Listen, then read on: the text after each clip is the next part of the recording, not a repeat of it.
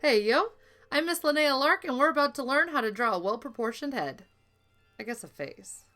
Whatever. This video is a draw-along tutorial. I'll show you what's up, and when you see this icon, you'll know it's safe to pause the video and give it a try yourself.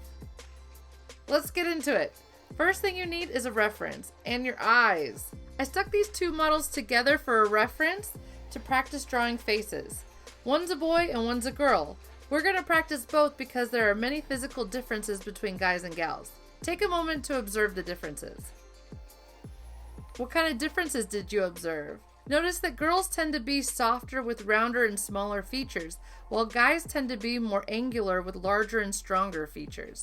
Of course, this is not always the case. Each of us is unique and individual, unless you're an identical twin or you've run into your doppelganger. So generally, rules and proportions are no substitute for observation, but the rules I'm going to teach you today are a good place to start and will help you make your faces more realistic.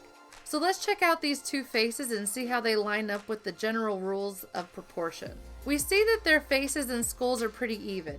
Their eyes, noses, and mouths line up pretty well, but the guy's jaw is a bit bigger. From the top of the head to the bottom of the head, in the very middle, are the eyes. Halfway between the eyes and the chin is the bottom of the nose. And then halfway between the bottom of the nose and the chin is the bottom of the lips. A face is about 5 eyes across, 3 in the middle and a half on either side. The eyebrows are 1 eye above the eyes and are generally a little bit wider than the eyes themselves. Now this is a very important general rule, so listen up. The outside of the eye and the bottom of the nose make a right angle with the center of the face. This little fact will help you tremendously later when you're trying to figure out how large to draw your eyes. So put that in your back pocket. Notice that the nose's width is lined up with the tear ducts, give or take. The width of the mouth generally lines up with the inside of the irises, and the neck lines up with the outside of the eyes. And then the ears are generally between the top of the eyebrows and the bottom of the nose. Who knew ears were so big? Now that we've seen how the rules of facial proportions work, let's give it a try. I want to encourage you to follow along with paper and 1 to 2 colored pencils. I recommend using colored pencils because you can't erase them. This will help you sketch lightly, and I'm hoping it will release you from the totally unrealistic expectation that you have to do everything perfectly the first time. I've been doing this and teaching this for over 10 years, and my noses are still too long. Whatever. Let's try this together, make some mistakes, and grow. The first thing we gotta do is the skull. Let me show you some of my tricks. First, try to draw a circle slightly larger than the palm of your hand. We want to use the entire paper for our portrait. It's good to use the whole paper because then our details aren't too small and we get used to drawing a little bit larger than we might be used to. Start with a circle. I realized that I've asked you to draw a circle by hand with an unerasable medium. Just suck it up and give it a try. Sketch the circle out lightly. Once you've got a rough circle, sketch out all the weird dents, corners, and flat sides. Remember, it's supposed to be round. Try to make it as round and circular as possible. Give it a try. Now, guesstimate where the middle of your circle is. I mark it with a little dot. With your fingers, measure the bottom half of the circle. Keep that measurement in place on your hand and move your hand down to mark how far that distance is from the bottom of the circle. This will be the chin or jaw. Do that now. Now we need to put in some guidelines. Guidelines will help you keep your features straight and evenly spaced so that your eyes don't look like one is melting off the side. You don't need a ruler. Just eyeball it and do it lightly. Let's get the middle vertical line and the middle horizontal line. You can use your fingers to make sure the sides are equal. Do that now. On to the eyes. These eyes are super important because all of our future measurements are based off the size and placement of the eyes. We know the face is generally 5 eyes across, but do you really want to pull out a ruler and divide it by 5? You don't look crazy, so I'm guessing not. Remember me saying that the outside of the eye and the bottom of the nose makes a right angle with the center of the face? Well, if we have the bottom of the face, we'll find the bottom of the nose. And now that we have the bottom of the nose, If we measure the distance from the bottom of the nose to the center of the face, that will give us the distance from the center of the face to the outside of the eye. Start by measuring half of the distance between the middle of the face and the bottom of the chin. This will be the bottom of the nose.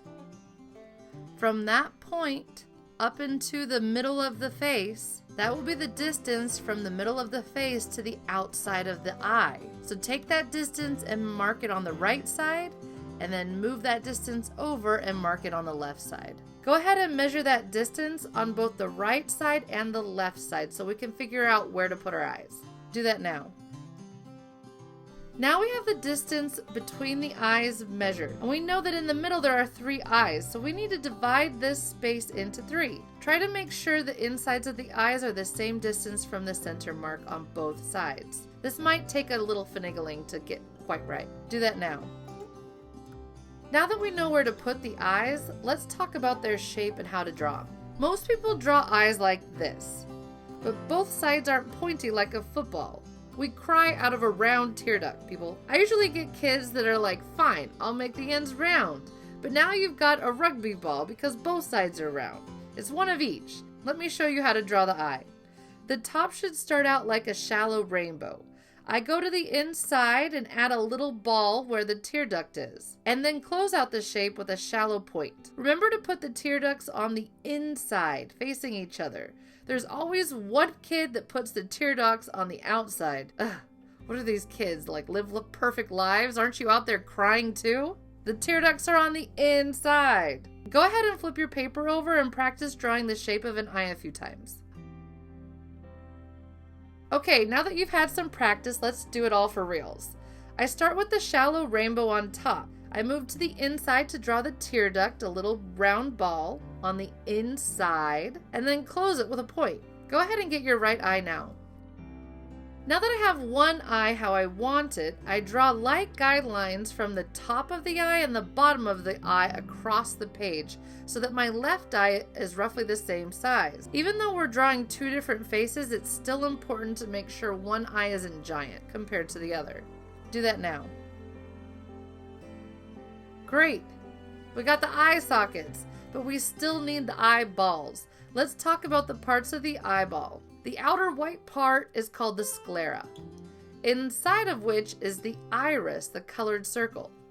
Inside of the iris is the black pupil. The black pupil changes shape depending on how much light is going into your eye. But no matter what, all the circles are concentric or evenly spaced inside of each other like a bullseye. If you draw these out of alignment, it will look like you're frying an egg instead of drawing an eyeball. Make sure each part is truly a perfect circle. If you get ovular parentheses, it will look like a cat's eye. Depending on how large a person's iris is and how small their eye socket is, you may not be able to see the top and bottom of the iris. So you may have to draw irises like parentheses. Just make sure that they look totally circular and not like an oval. The only time you'll be able to see the entire circle of the iris is when you're terrified or using your crazy eyes to scare someone away. Yeah, it looks crazy, so don't draw it like that. So a lot of kids will draw each part of the eye. They'll start with the sclera, they'll add the iris, and then they add in the pupil. But what's all this extra space? Brain matter? You better not sneeze with eyes like that. You'll have to pop it back in yourself. Remember that the eyeball is much larger than the eye socket, or we'd be losing eyeballs left and right. Okay, let's give it a try. While observing my reference photos, I draw in the irises. I notice that the girl is looking slightly to the left. Then the pupils. Don't make the pupils huge like you're lost in the woods alone at night. And don't make them super small like you just left the movie theater and stepped into the afternoon sunlight. I also draw the reflection at this point. The reflection should be smaller than the pupil by a long shot. Anime kids, you know I'm talking to you. Do that now. Let's go in on the eyelids. The eyelid flares out from just above the tear duct.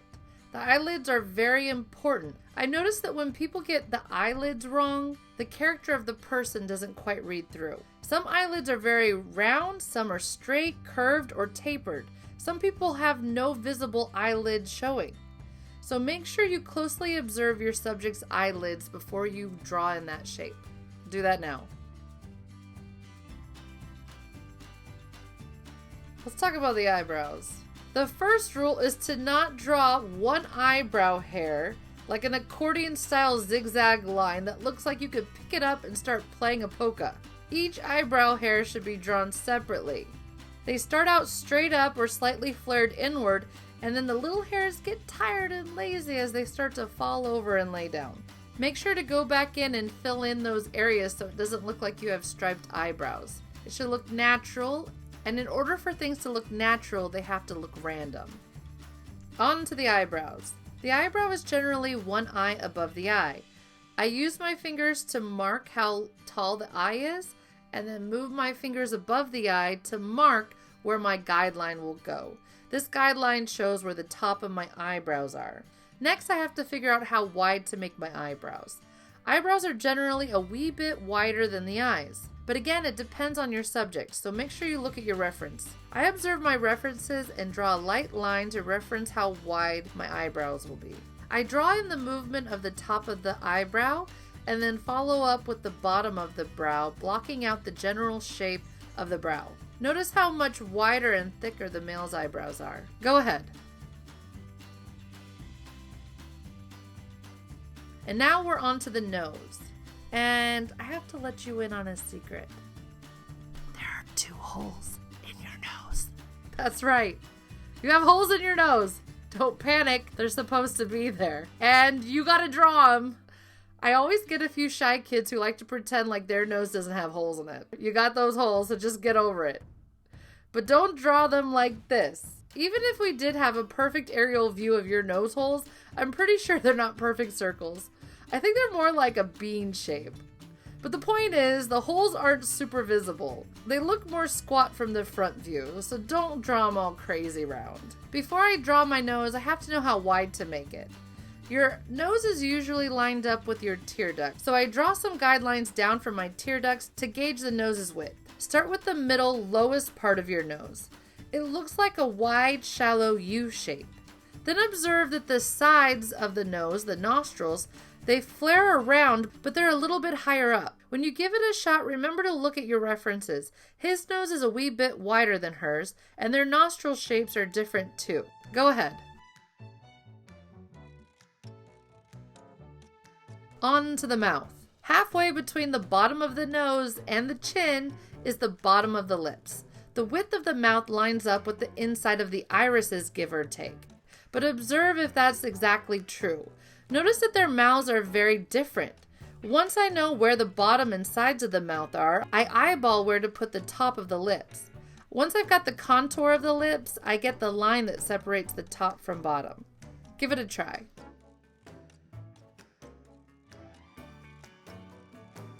Alright, here goes the jaw. While we had a general jaw in place, we need to tweak and adjust the jaw lines. His jaw is more angular and sharp, while her jaw is crisp but very round. Now it's on to the neck. Her neck is covered, but we can see that his neck lines up with the outside of his eye. Go ahead and get the jaw and neck.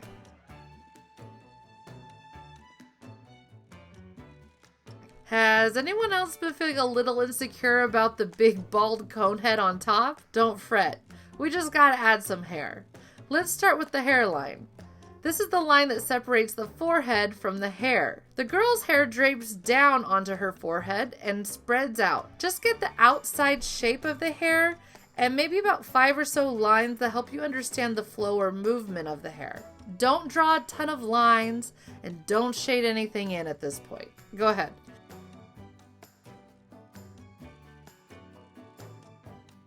Now before we do his hair, we gotta get his ear. Ears generally go between the eyebrows and the bottom of the nose. Make sure you observe your reference because ears can drastically differ from person to person.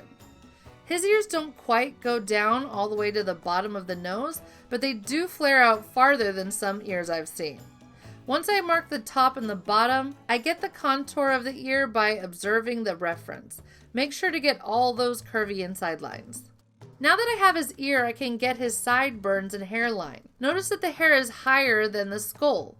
That's because hair grows out from the skull.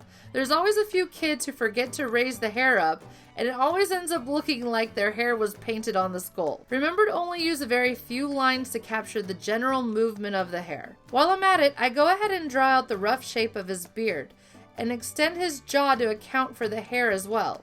If he had a shorter beard like a 5 o'clock shadow, we wouldn't need to extend his jaw. Alright, go ahead and get all his hair in.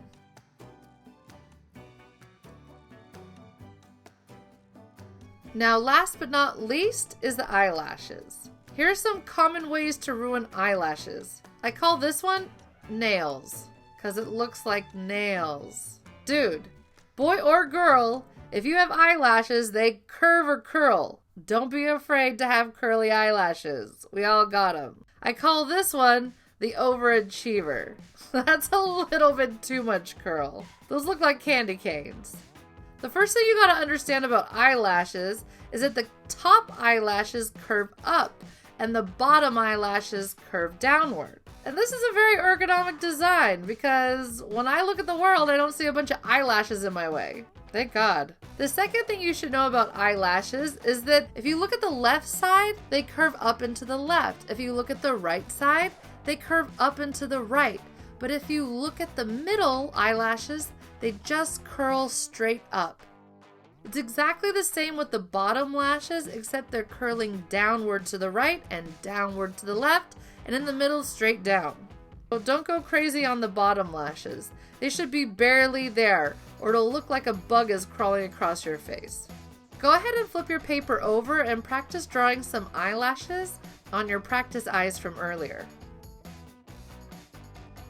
The last thing to notice about eyelashes is that long, thick eyelashes tend to make the person look more feminine, whereas thinner, less pronounced eyelashes tend to look more masculine. One of the ways that you can make your eyelashes look fuller and more pronounced for female eyes is to make the eyelashes droop just a little bit in front of the sclera. This gives the impression of mascara or something heavy weighing them down. This is true especially on the outside of the eyes because those eyelashes are a little bit longer and droop a little bit lower. Make sure you go back through and thicken some areas of the eyelashes. Make sure some lashes are shorter and some are thicker. Some look clumped together, as eyelashes are wont to do. Once you've practiced a bit and been able to get a correct eyelash shape, go ahead and try it on your faces.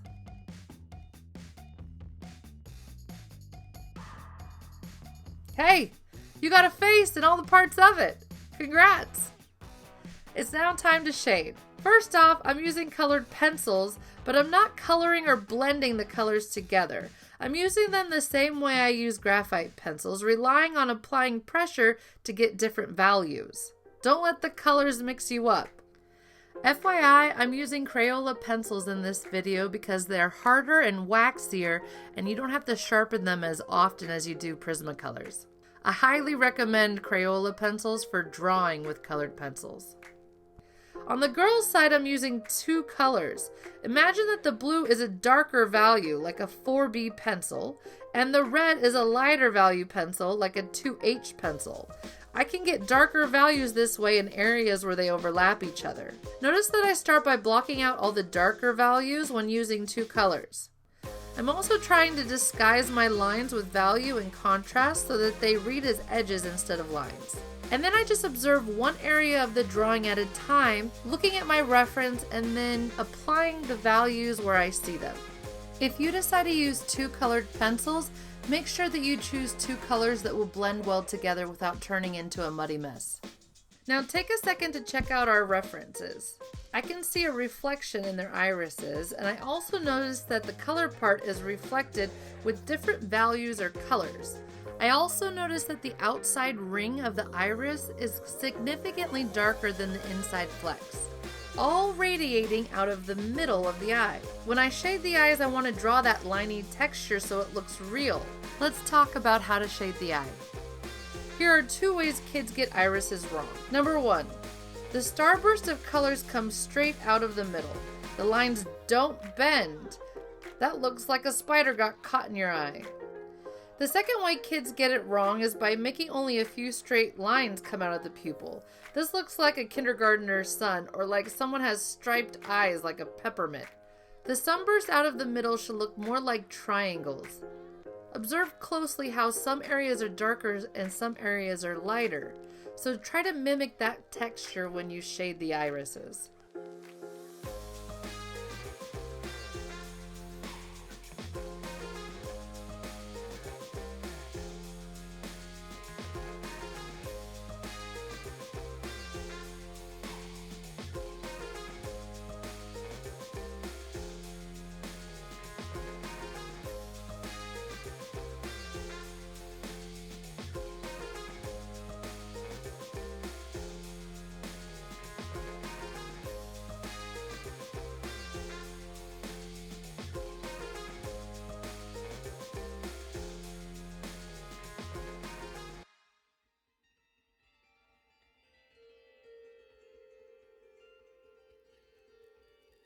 When using only one color to shade, I start with the lighter values and slowly build up the darker values.